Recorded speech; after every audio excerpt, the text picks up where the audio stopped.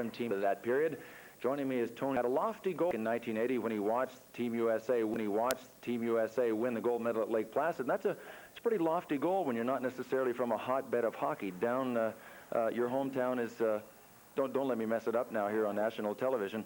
Go ahead and tell me. Downers Grove, Illinois, and I don't know if it was a goal back in 1980. I think it was more of a dream than anything else. I think any hockey player that played the game got attached to that 1980 team, and what they did for our sport and for the American hockey is just tremendous. And I think it was a dream of all of ours then, and it's a reality for 25 of us this year. But it was a long road for you, wasn't it? I don't think a lot of people understand the kind of dedication and devotion you have to have and the amount of traveling that you have to do. Maybe you can take us through a little chronology of the teams that you played on and how old you were when you had to leave home. Well, I left home, I think, at the age of 16 or 17. I went to prep school for my last 2 years of high school out in Lake Placid, New York. It's a great academic school and a great place to combine academics and hockey, and that's Northwood School in Lake Placid. I spent 2 years there, and then I was recruited to the University of Wisconsin, where I played 4 years. And I guess over the past 6 years, I played on two junior national teams and 3 national teams. So I've had quite a bit of international experience, which helps playing at this level, and it's helped build confidence and helped me realize what I'm shooting for. But you were not the only hockey player in your family. You weren't the only captain in your family. You were the captain at Wisconsin. Why don't you tell us about your brothers and sisters? This is your chance to plug them on television as well. Well, I got a 6-year-old little brother. I'll start with the youngest, Joey, who really doesn't like to skate yet. I think he wants to be a fan or maybe an announcer or something, but he doesn't play. And then I have a 16-year-old sister who plays hockey. She was the captain of her team last year, a Bantam team in Illinois, the Huskies. And then I have a 19-year-old brother who's at the University of Wisconsin right now, Donnie, and 18-year-old brother who plays with the Madison Capitals junior team in Madison. And then I have a 22-year-old sister who's the fan and does all the traveling to the games and does all the cheering for us. Well, I know you come from a close family. Your mother paid you a great compliment. She said that you've been a great example for all of your younger brothers and sisters. You are the oldest of 6 kids. Thanks for being with us, Tony. Thank you, Bill, and thanks, Mom, for the plug. Tony Granato of Team USA here joining us between the second and third periods. After 2 periods of play, Team USA leads Team Canada 3-2. Team USA leads Team Canada by a score of 3-2. Well, recently we've talked quite often about professionals being allowed to play in the Olympics, and joining me is a player who has a lot of professional experience and has his name on the Stanley Cup, Serge Boisvert out of the Montreal Canadiens organization. But while Dave King has a number of spots left on his roster waiting for National Hockey League players to join him, you joined him making a decision over the summer. What were some of the things that led to your decision to join Dave and to play in the Olympics?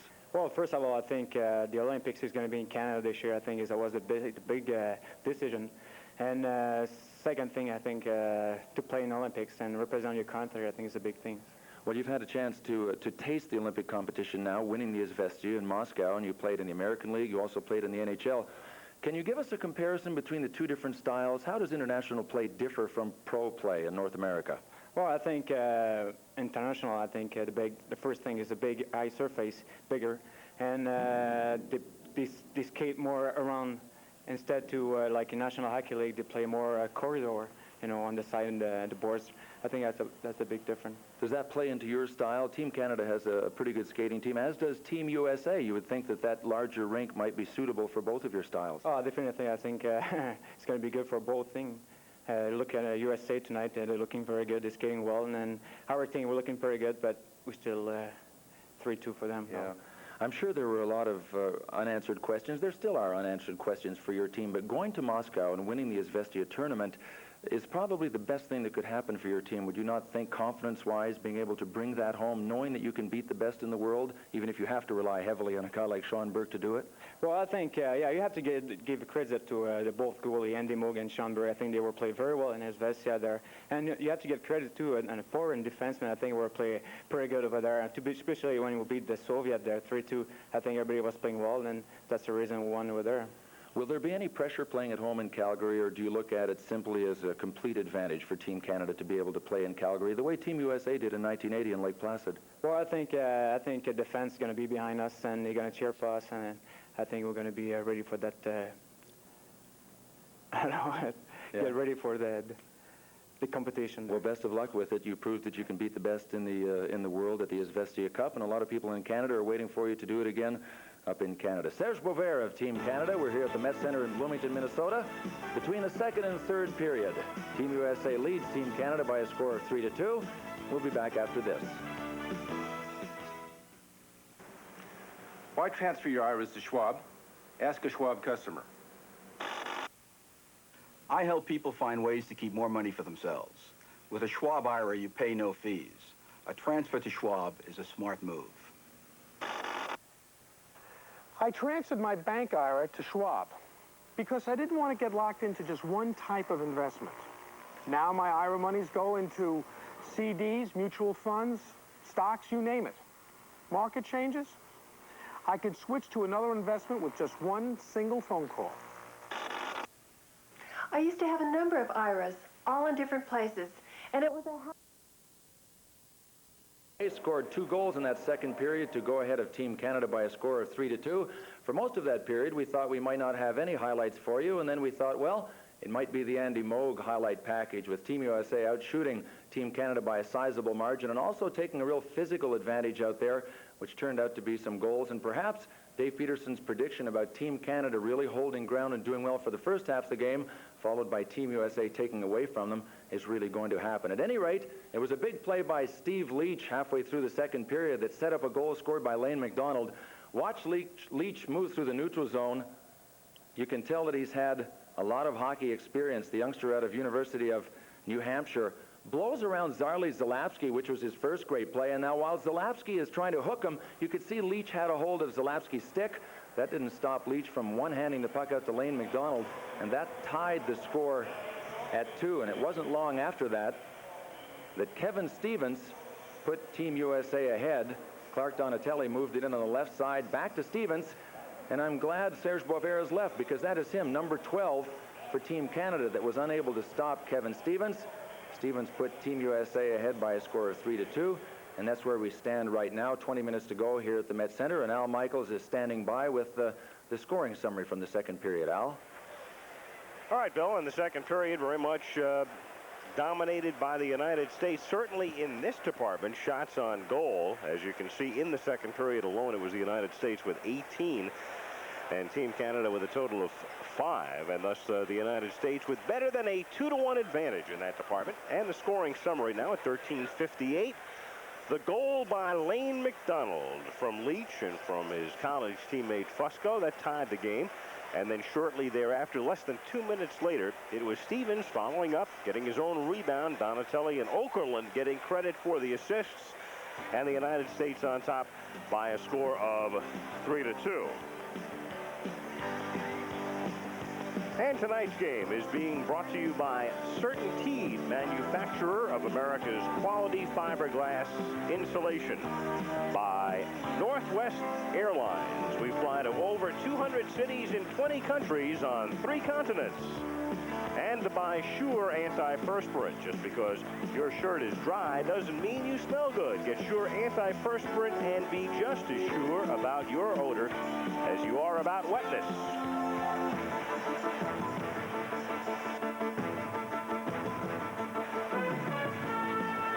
Team Canada coming back out on the ice. And again, it's been a long day for this group. Their base is Calgary, the site of the Winter Olympics, and they were on a 6:50 a.m. commercial flight this morning, which meant that most of the fellas had to get up at around 5 o'clock, go to the airport, fly down to Salt Lake City, make the connection, and they arrived about midday here in Bloomington, Minnesota, just outside Minneapolis. And the teams will travel tomorrow and head for Detroit. We'll bring you that game at 2 o'clock Eastern time on Saturday from Joe Louis Arena in Detroit, the United States and Canada. Just to update, we saw Bob Joyce go into the post, and Joyce has a bad Charlie horse is the report. Right leg, he's out for the game. And Randy Gregg with a bruised right shoulder is out for the game, and it's the 4th time this preseason, or what we should call the Olympic preseason, that Gregg has had to miss some time because of an injury. In this particular case, he has already, of course, played tonight, but he is now out for the balance of the night. Richter in the nets for the United States. And again, to go back to what we talked about at the top of the show, we mentioned that Dave Peterson, the United States head coach, would love to have a #1 goaltender. He'd love to go to Calgary with a key guy. He's going to look at Richter tonight. He's going to take a look at Chris Terreri on Saturday in Detroit. And then sort of the winner of that little battle is going to get the start on Monday night in Toronto. But, you know, this is not something that has materialized overnight. Dave Peterson has been waiting for one of these two goalies to either, well, I can't say assert himself because they both have. They've both been playing wonderful hockey, but he felt that one of them might taper off to a degree, and then one would then become the #1 man. That just hasn't happened, and Dave Peterson isn't about to panic and make one a #1 goalie just for the sake of designating one. If they don't falter, we might see them both in the Olympics. So here we go, third period now. Bloomington, Minnesota, U.S. team on top by a score of 3-2 after a dominant second period display. Redmond shooting it in to the U.S. end. Leach is back there to get it. And again, Leach, a man who so very much makes his presence felt at all times.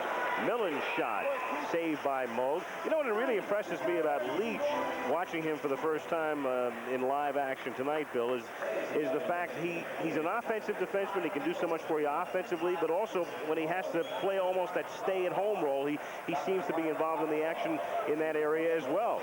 Now, his instincts are strong defensively as well, but he is so good with the puck, and he likes to wheel and deal when he gets a chance, that he likes to play in the big corners. He is going to excel, and really is not afraid to admit that he prefers playing in a larger ice surface. Ooh, there was a hot one that Andy Moog had to grab. So this period begins the way much of the second period took place, with Andy Moog under pressure.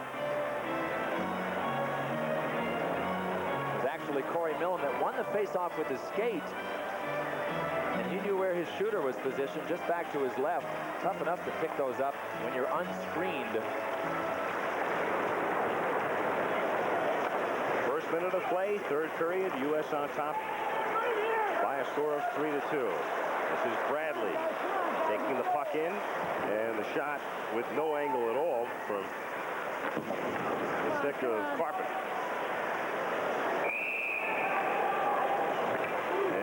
Stopping it for the offside with 19:20 remaining in the third period. You know, I had talked about the similarities between these two teams earlier in the game, but the roster situation is different, and the way they've handled the roster situation. Dave Peterson's team now has 25 players. That means that 2 have to be left behind. Team Canada has only 19 players on their roster, so Dave King, in anticipation of professionals joining him, has left some spots open, and Team Canada is negotiating right now with a number of pros, trying to get some lined up for Calgary. And there's little doubt that they'll be adding probably about 4 players between now and the opening game for Team Canada in the Olympics on the 14th of February. Half shot, and then it's wheeled in on a beautiful play by Shervin. Gord Shervin taking control, back of the net, wheeling around and stuffing it in. Well, you're right. You're right when you called it a beautiful goal. Some good hitting by Team USA, but very often when you hit, there's one by Peter Laviolette. Now watch him come over the boards. You saw 3 white jerseys over on that side. That leaves a little too much space back in there to wheel and deal for Team Canada, but nevertheless, it was a great pass by Hatshide back into Shervin for that wraparound. So Canada tying it, 3-3. Zalapski up ahead to Shervin, and Hampshide's slap shot comes back out past the blue line. And Canada will try to regroup, but the errant pass is taken away by Janney. Janney leaves it for Johansson, who tries to get it back to Janney, and broken up by Canada and swept out by Felix. Now it's Janney controlling, wheeling, leaving it for Norton. Norton skates in, and the shot goes in from Johansson.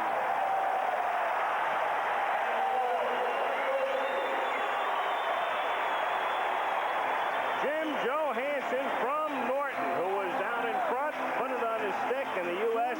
takes the lead right back. A couple of quick transitions, too. Al, Team Canada was breaking out, only to have it broken up by Craig Janney, and they ended coming right back in on a 3-on-2. It was a 3-on-2 going one way that turned very quickly into a 3-on-2 the other way. No question Norton was looking for Johansson. He wasn't trying to score. He just taped it to Johansson's stick for the deflection in front. There was no doubt at all because Norton had a clear shot had he elected to take the shot from out in front. Thinking about Johansson all the way, putting it right there for him. United States on top by a score of 4-3. Donatelli ridden out of the play by Waugh. And a penalty coming up on Canada as Richter vacates the goal to give him the extra skater, and Stevens misses the shot, missing wide as Canada takes control. That stops play, but the U.S. will have a power play coming up here with 17:48 to play in the game, and the United States leading 4-3.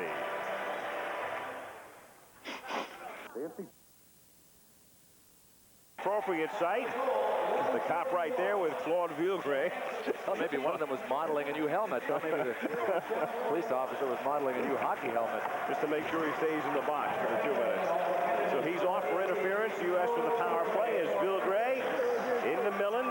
Minn cross ice, and then the shot off the pass is wide. Now this is Leach. Over to Young. Young having trouble controlling the puck, but they get it back out in front to Leach. To Janney now. To Minn. He looks Leach's way, and he just barely keeps it in. Young. And his shot is deflected high and over the glass. And out of play, and we'll take 5 seconds here for station identification on this, the Freedom Sports Network.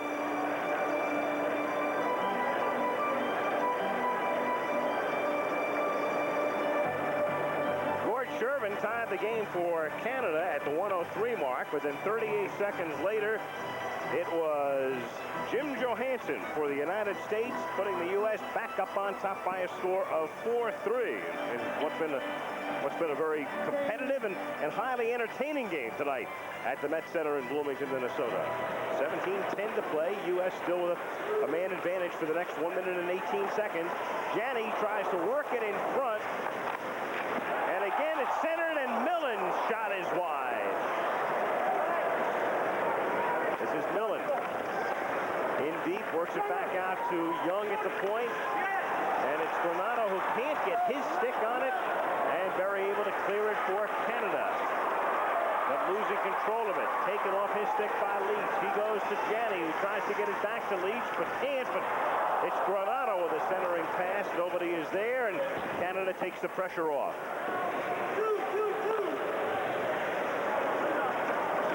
Team USA regrouping. Young wheeling behind his own net. He converted forward. Up ahead to Steve Leach, but the bouncing puck is uncontrollable for Leach. And thus back comes Canada now with Carpin speeding in on the left wing, and his shot is off the elbow.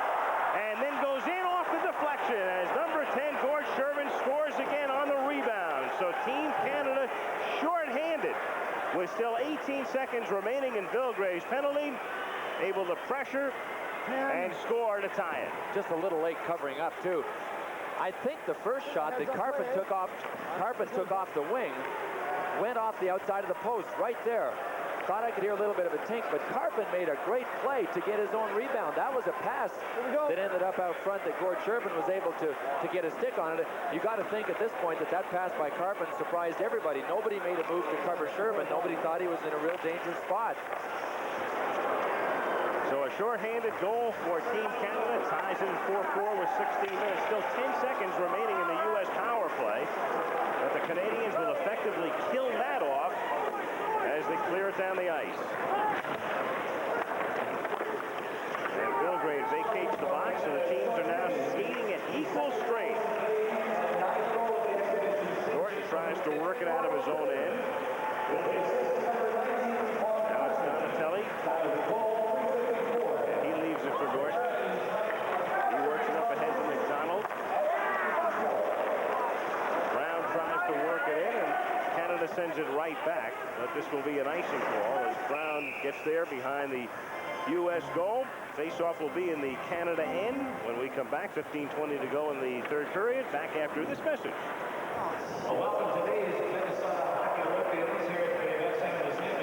We want fish sticks that come out of a microwave crunchy, not soggy. That's why Gordon's created microwave crunchy fish sticks and fillets. But are they crunchy? They're mild white fish with no preservatives. But are they crunchy? Packed in Gordon's advanced microwave containers. But are they? So they come out crunchy. That's what we've been waiting for.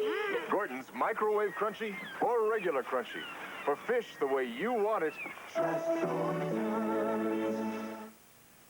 20 remaining in the third period as the U.S.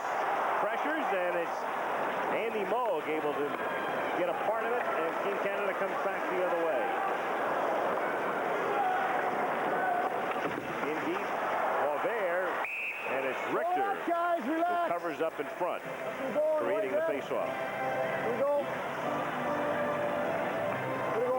That's the referee. You can hear Chick Yackel, whose name will go into the officiating Hall of Fame, yakking away. Even if he doesn't make it, right? Yeah, just the name. You gotta send him in. On the subject of names, by the way, we're back to calling him Laviolette. 4 syllables. Peter with some indecision today, but he finally decided on the Laviolette, maybe after a visit with Vanna White for the extra vowel, I suppose. He just didn't want us to call him La Violette. Right. No shrinking. Laviolette is Peter, number 26. 15 minutes to play in the third period. Game time 4-4. Leach to Janney.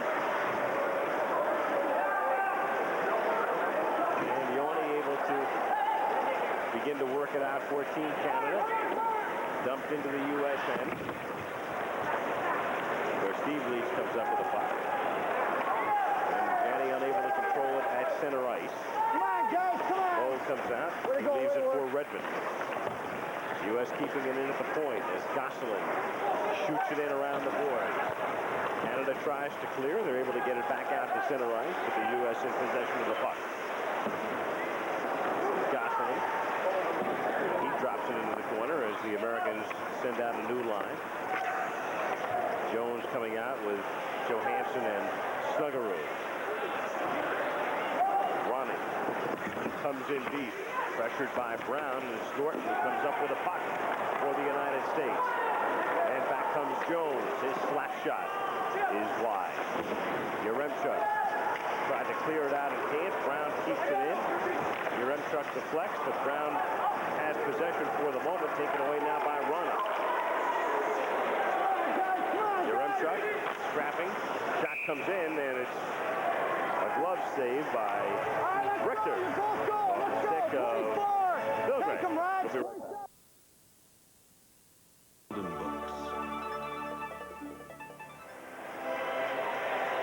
Bit of a struggle as we left you right in front of Mike Richter. There you can see number 27, Cliff Ronning of Team Canada, squaring off with Jim Johansson. That's about as far as it went. Mr. Yackel whistled them both off, and they're now sitting 2 minutes each for roughing. So the coincidental minors, the teams now skate 4 aside. For the next 2 minutes, 13:30 remaining in the game.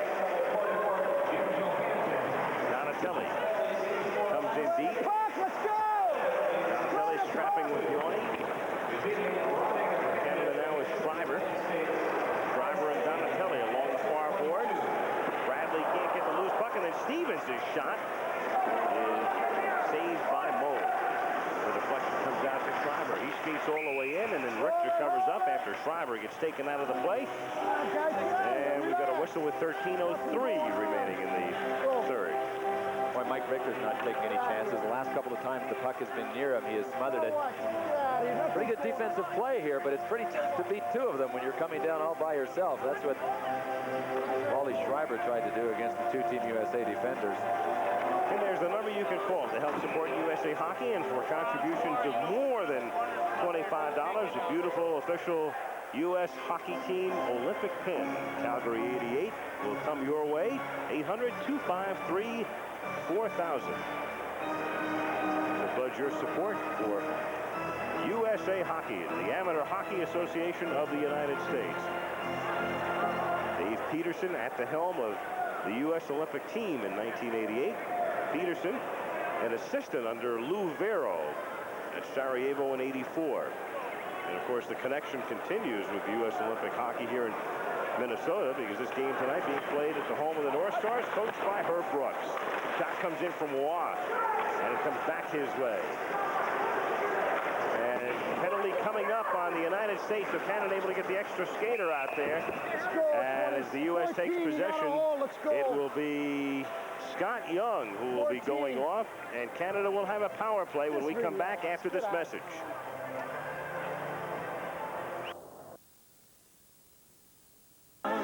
The U.S., it's Scott Young who vacates for the next 2 minutes, goes off for holding at 7:10. And that means it'll be 4 skaters against 3 for Canada for the next 1:12, because we still have the penalties to Team Canada's Cliff Ronning and Jim Johansson of the United States, which have not expired. So Canada with a 1-man advantage. And Gosselin able to send it down the ice. Is it significantly more of an advantage 4 against 3 than 5 against 4, Bill? Oh, you bet. There is so much more room out there that it's always an advantage when you get a team down to 3 men. When you have 4 or 3, it's better than 5 on 4.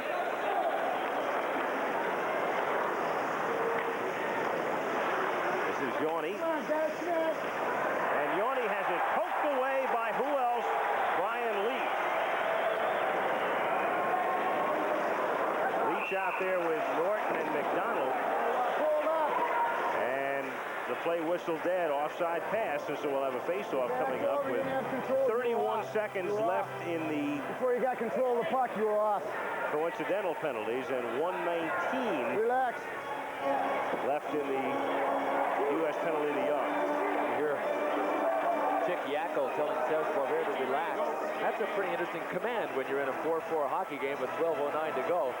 Relax. I can't. I'm trying.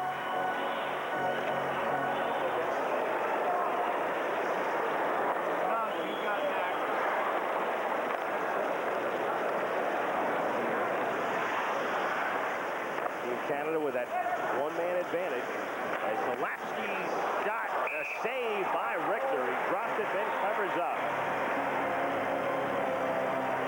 Boy, Richter is not short of reflexes. He's just had a trouble a couple of times tonight grabbing the puck. Watch this save. Great reflexes. Right there. He knocks it down with his glove, and I mentioned between periods, between the first and second, that's a similarity to Bernie Ferrand. And I know he didn't pattern himself after him in this sense, but Bernie Ferrand had a great reflexive glove. He could get in front of the shot, but he had trouble squeezing it and actually holding it in his glove. Mike Richter's had trouble doing it a few times tonight. Can always get to it. There seems to be a rebound there every once in a while. 10 seconds left in the coincidental minors. That slap shot is deflected wide. Back it comes out to the point to Zalewski. Come on. And now it's 5 against 4. As the shot comes in, and Richter able to make the save, and the U.S. clearing it. So still a 1-man advantage now for the next 38 seconds for Team Canada. This is Yaremchuk skating in high and wide as the slap shot that comes back out to center ice and cleared again into the Team Canada zone with 24 seconds left in the penalty to Scott Young.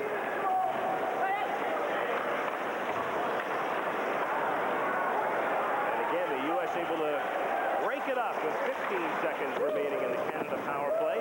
Richter comes out of the net to make the stop, and it's not cleared this time. It is kept in by Waugh, but he may have closed his glove on the puck.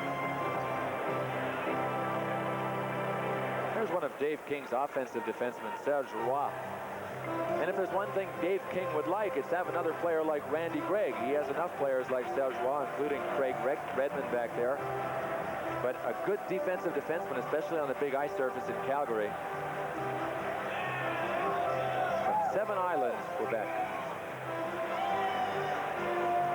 How do you pronounce that? Sept-Îles. Sept-Îles.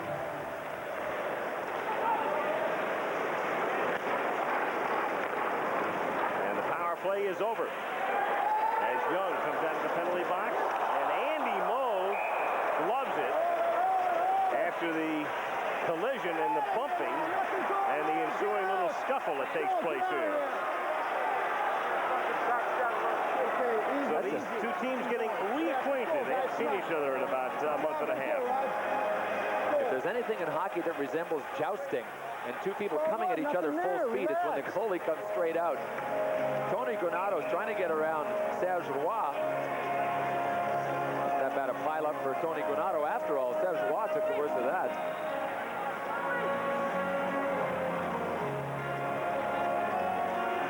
.43 remaining in the third period. U.S. leading in shots on goal after a big advantage in the second period. The overall mark is 31-20. And now this is Berry skating in, taken down from behind, and even though the light goes on, the net had come off the moorings. And let's see what this is ruled here, as the puck eventually wound up in the net, but when? And that's a difficult call to make because Yackel wasn't up on the play, Al. And even though the red light comes on, it's not up to the goal judge to judge whether the net came off of its moorings before the puck crossed the red line. All he does is see it go across the red line, turn on the red light. No way. And he is going to rule it a goal. Scott Young is chasing Ken Berry here. There's where he makes the swing and wasn't able to get the puck at all. What you couldn't see out of camera was that Chick Yackel, the head referee, was about to call a penalty on Scott Young, but that's neither here nor there now. That's where Young misses the puck. There's the initial save. Oh, it had to be over the line before the net came off. Yep. It had to be. And it is ruled thusly, and Team Canada leads by a score of 5-4.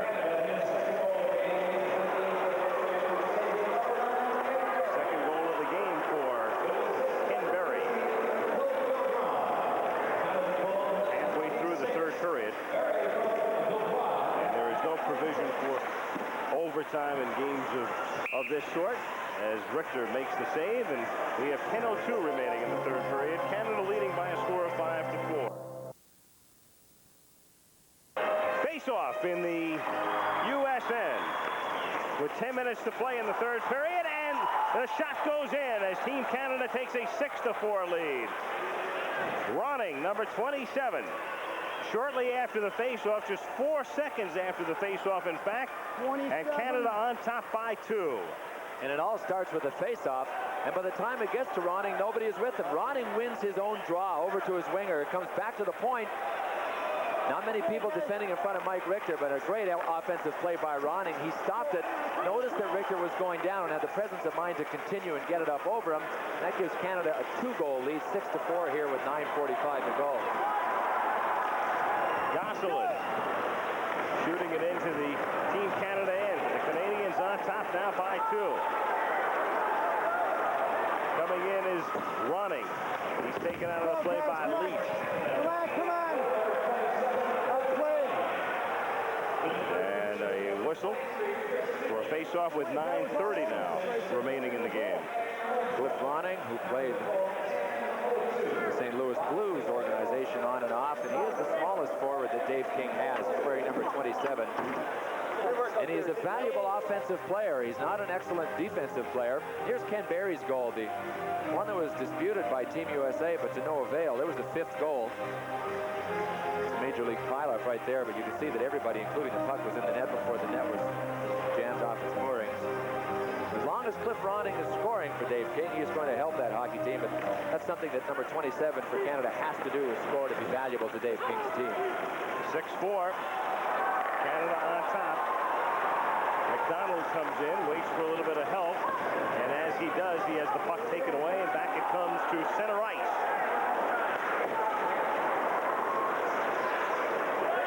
Waugh standing on the attempted clear-out pass, but he gets it back. Now it's controlled by McDonald, and he's able to shoot it in. McDonald out there with Leach. Norton back on defense with Brown. And it's also Janney. But he has it taken away. And the Canadians come back the other way with George Shervin. He has it taken out of his possession. And shot up to center ice. And now Shervin has it back again. Bradley. And Bradley shooting it into the corner. Dumping it into the corner, where Okerlund goes back to get it. 8:20 now remaining. Millen skating in on the right side. Millen ridden out of the play nicely by Zalapsky, but a penalty. Well, maybe not that nicely, as it turns out. He's going to the penalty box. It would have been real nice had the official not seen it. But he does, and we'll be right back after this message.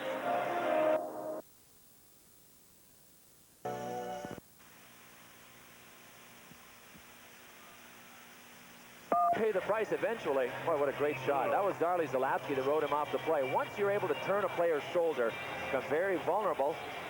But Chick Yackel whistled off Zarley Zalapsky. After that in-your-face replay. Great camera work. 6-4, Canada on top. 8-10. Oh, there's a good shot on Andy Moog. Trent Yanni shaking his head. Andy Moog has had to make enough saves tonight. He doesn't need his own defenseman turning around and rifling him from point blank. Oh, it was a sharp angle, though. He had a good chance at it. Man, who had a very, very busy second period. U.S. team able to take a 3-2 lead with the only 2 goals of the second period. Canada led 2-1 after 1.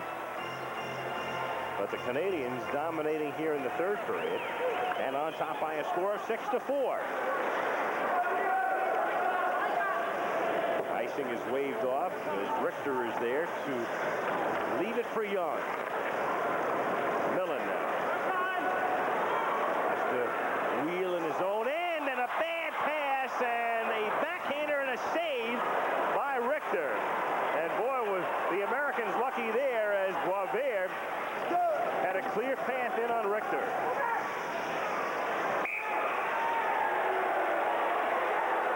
You know, Boisvert kept cutting across. Richter never did give him anything to shoot at. He played it perfectly, and you were right. Watch this drop pass by Corey Millen. Whoop, who's there? There's Boisvert, and he moves across, waiting and looking for something to see. That's great agility by Mike Richter coming all the way across. Gotta wonder what Corey Millen was doing, committing the cardinal sin, that diagonal pass, especially when it's a nice soft one. Might be the last time you'll see Corey make that nice soft diagonal pass for quite a while.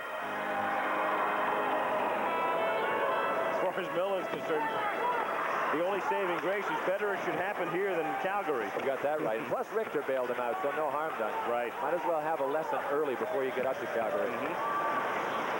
U.S. with a man advantage. Millen's shot is knocked down in front by Habshad, and he works it up ahead, but Leach takes possession again for the United States. Young now works it back to Leach. 57 seconds remaining in the power play, and this is Granato, whose shot is deflected wide. Granato and McDonald strapping for it in the corner. And out in front, McDonald, as Moog is able to clear it. McDonald in behind the net. Watt takes him out of the play. Comes out now to Millen. Owen comes back out toward the point to Young. Now into the corner and deflected into the near corner. Now to the point to Leach, and then Leach has his pass taken away by Yanni, who's able to clear it, and that should kill off the penalty. In 2 seconds, the teams will be at equal strength. They are at this very moment. As Young comes in over the blue line and has his post checked away, but it's kept in now by Young. Over to Brown, but Brown has it skitter across the top of his stick, and Janney loses the puck, but Redmond gets taken down, and Janney gets it back. But then it's Berry, and it's Berry in over the blue line, but Berry is effectively ridden out of the play. Brown was back there to make sure no damage was done along with Norton. 5:40 remaining. Canada on top 6-4. Norton. Johansson. Johansson following his own shot. Unable to gain possession. And the Canadians icing. Ball is made here with 5:11 to play in the third period. Team Canada on top, 6-4.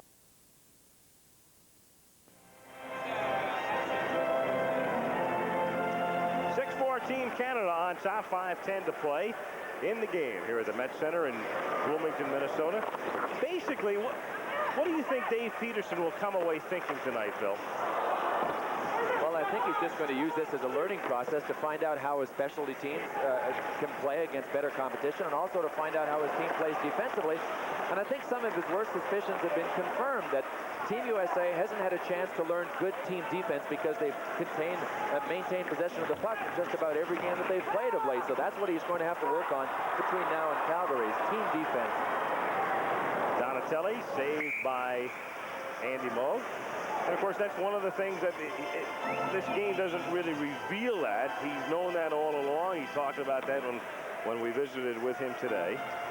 And we'll take another look at Team USA and Team Canada when they meet in Detroit. And that will be coming your way on Freedom Sports Network, Saturday, the 16th of January, 2 o'clock Eastern Time.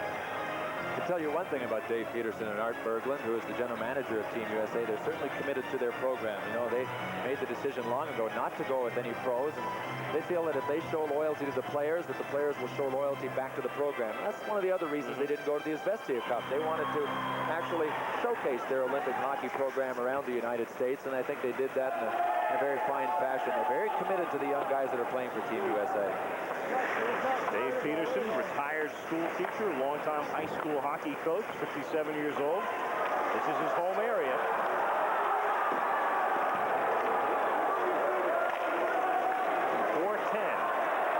Remaining in the third period.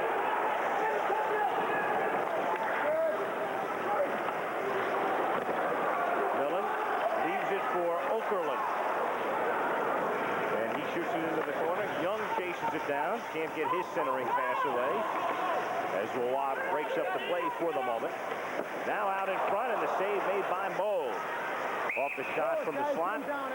And Andy covers up, creating the face-off after that shot by number 21, Tony Granato. Well, to continue in that vein about the loyalty that Dave Peterson and Art Berglund show to their team, there's Dave Peterson. They won't allow anyone to get them to say that they have to cut players before the Olympics. They refer to it as making their 23 selections. They don't want anybody to think that they are cut lest they feel that they are dropped from their program. They always want to have these players in their program, whether they choose them to go to the Olympics. There are many other Olympic tournaments that they play in month after month and year after year. And in that sense, I think it's a smart move on their part. I remember the first time I said, when are you going to make your cuts? Dave Peterson said, you mean our selections? Move it. Nice little euphemism, isn't it? Yeah. Yeah, I'm sure. I wonder if the two guys, and that will be pretty well decided next week. Dave Peterson said he would let a couple of guys know. Backhander. And a save again by Andy Moog. So next week in Colorado Springs, Dave Peterson will let his two players know that they will not be involved in Calgary's Olympics, and it will be their choice as to whether or not they want to stay along with the team or leave. Another save by Andy Moog. Boy, that's a pretty good toe save right there. It looked like an innocent shot when it let go, but not only did he have to make the original save, but there's Jim Johansson, 24 for Team USA, that tried to stuff it from behind the net right after it. And another face-off. Our crack staff, led by Vic Morin, coming up with the answer, which was left hanging before. Remember Great Britain winning a gold medal? I was right about the year, 1936. Wrong about the site, though. Garmisch, Partenkirchen. I think we might have to do a documentary on what has happened to the British hockey program since 1936. That documentary may take all of about 45 seconds, too. That is a good question, though. 3.5 minutes to play. Team Canada on top by a score of 6-4. Snuggerud keeping it in for the moment, but Felix regains possession for Canada. Now taken away by Norton at center ice, but the Canadian is able to clear the zone again. Now this is Brown for Johansson. Slap shot deflected. Felix. And again, Team Canada now just doing all it can to kill off the remaining time with 2:50 remaining in the game. Leach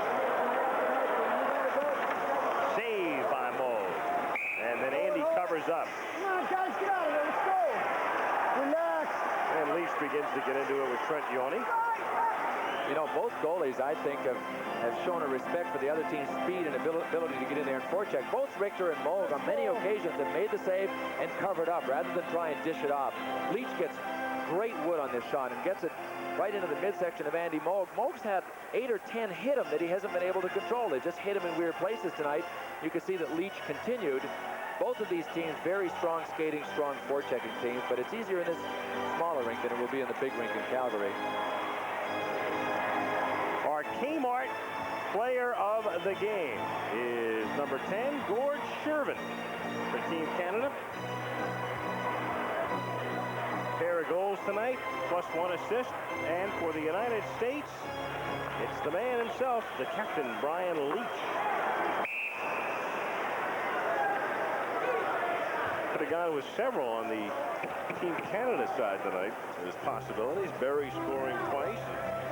Habscheid with Well, get in there. You guys are wasting enough a time. total of 3 assists.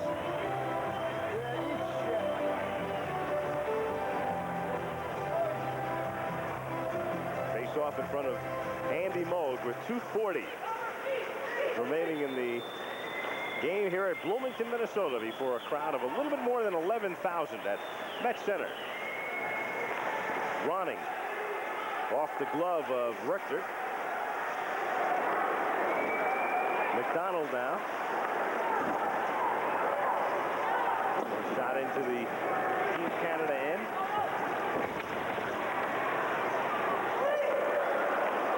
Up ahead for Ronning. We talked at the beginning of the game about the battle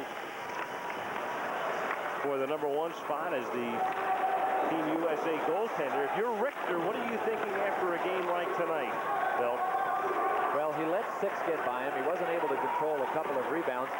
Knowing Mike Richter and what a perfectionist he is, I know he'll be disappointed letting in 6, but by the time he has a chance to really evaluate his performance, I don't think he'll be that disappointed. But the question will be, I'm sure he's saying to himself, does Dave Peterson know that I didn't play all that bad? And maybe he might look at the fact that I let 6 goals in tonight. A minute and a half to play. Team Canada with a good third period, a good and spirited third period, and out in front, loose puck. And Bradley couldn't get it in. And the Americans try to work it back the other way. With good forechecking done by Bradley. This time in the outset of the play, the bouncing puck saved by Moog. Canada can't clear it. Norton tries to shoot it in. He has it blocked. And now back come the Canadians with Yaremchuk. And Yaremchuk's shot going wide with under a minute now to play in the third period.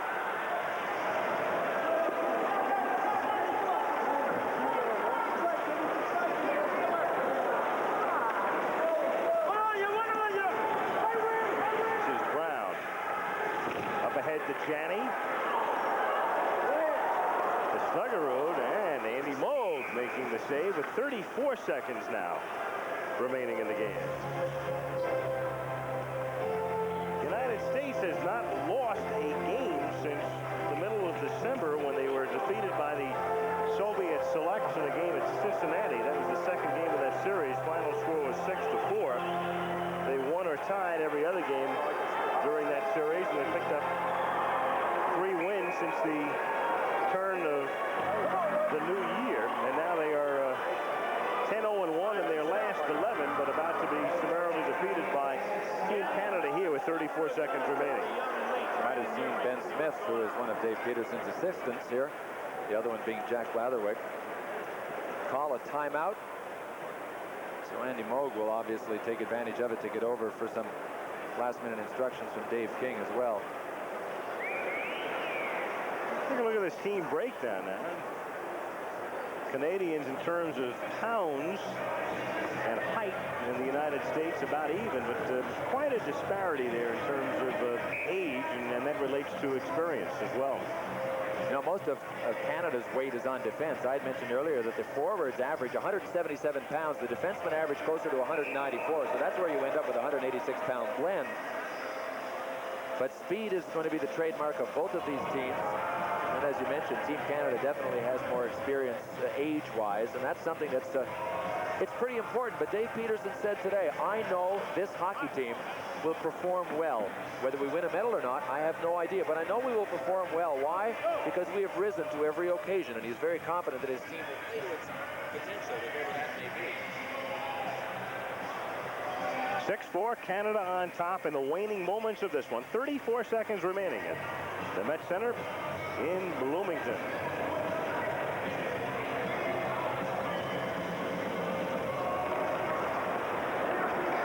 And from the face-off, it's Moe making the save and clearing it out, but kept in by Leach, at least for the moment. Kept in again, and the bouncing and skittering puck goes wide. And it's centered to Janney. The save by Moe. Loose in front. Moe makes the save again as the pressure put on. And now this is something that's been brewing and building all night long, with some minor scuffles, and Snuggerud getting involved in this one with Zarley Zalapski for the moment. There's 16 seconds remaining in the game. So some minor scuffles tonight. Of course, as we mentioned before, this is simply the first of 5 more between these two teams. Janney wants Zalapski sent off, but there have been no penalties assessed. And now Craig pleads his case with a lineman, and Peterson not happy as well.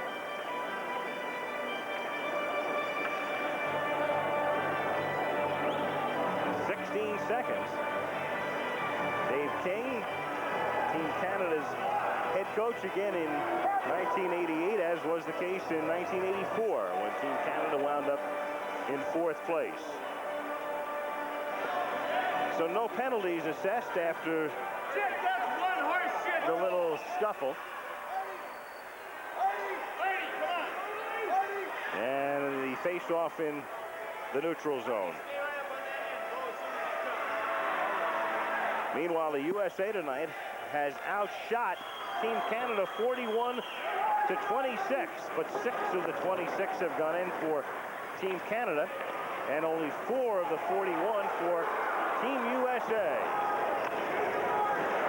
And Andy Moe covers up, but time expires as the 3rd period ends, and this meeting in Bloomington, Minnesota, between the United States and Canada is over, with Team Canada coming from behind, scoring 4 goals in the 3rd period, and they defeat the USA by a score of 6-4. We'll be right back after this message.